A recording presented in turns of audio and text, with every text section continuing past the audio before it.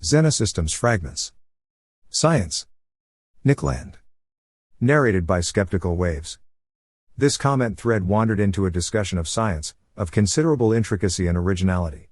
The post in question is focused upon Heidegger, who has very definite ideas about natural science, but these ideas, dominated by his conception of regional ontologies, are not especially noteworthy, either for an understanding of Heidegger's principal preoccupation, or for a realistic grasp of the scientific enterprise. For that reason, it seems sensible to recommence the discussion elsewhere, here. The first crucial thesis about natural science, or autonomous natural philosophy, is that it is an exclusively capitalist phenomenon. The existence of science, as an actual social reality, is strictly limited to times and places in which certain elementary structures of capitalistic organization prevail. It depends, centrally and definitionally, upon a modern form of competition. That is to say, there cannot be science without an effective social mechanism for the elimination of failure, based on extra-rational criteria, inaccessible to cultural capture. Whether a business or scientific theory has failed cannot, ultimately, be a matter of agreement.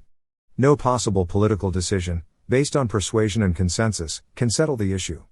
Of course, much that goes by the name of science and capitalist business enterprise is subject to exactly these forms of resolution, but in such cases neither capitalism nor science is any longer an effective operation. If an appeal to power can ensure viability, the criterion of competition is disabled, and real discovery has ceased to take place. Under conditions of unleashed capitalistic social process, both enterprises and theories involve a double aspect. Their semiotic expression is mathematized, and their operation is reality-tested, or non-politically performative. Mathematics eliminates rhetoric at the level of signs, communicating the experimental outcomes, independent of any requirement for agreement, which determine competitive force. It is no coincidence that capitalist enterprises and theories, when unsupported by compliant institutions, revert to the complicity with war and military decision, which accompanied them at their birth in the European Renaissance. There can be no argument with military defeat.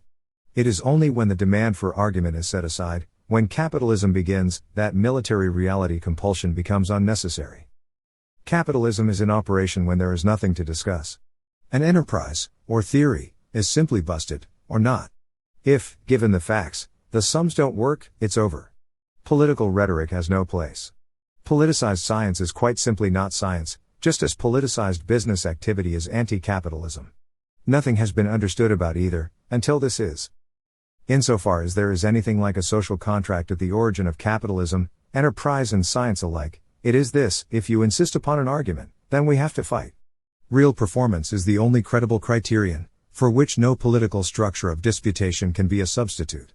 War only becomes unnecessary when, and where, argument is suspended, enabling the modern processes of entrepreneurial and scientific reality discovery to advance. When argument reimposes itself, politicizing economics and science, war re-emerges, tacitly but inevitably. The old, forgotten contract resurfaces. If you insist upon an argument, then we have to fight. That is the way of Neon.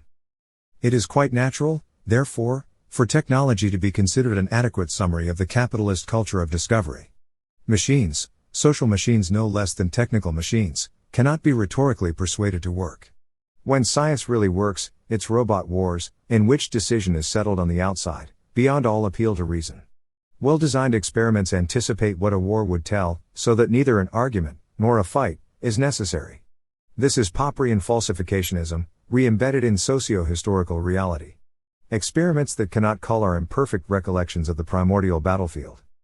It is intrinsic to the cathedral that it wins all the arguments, as it succumbs, through sheer will to power, to the reimposition of argumentative sociology.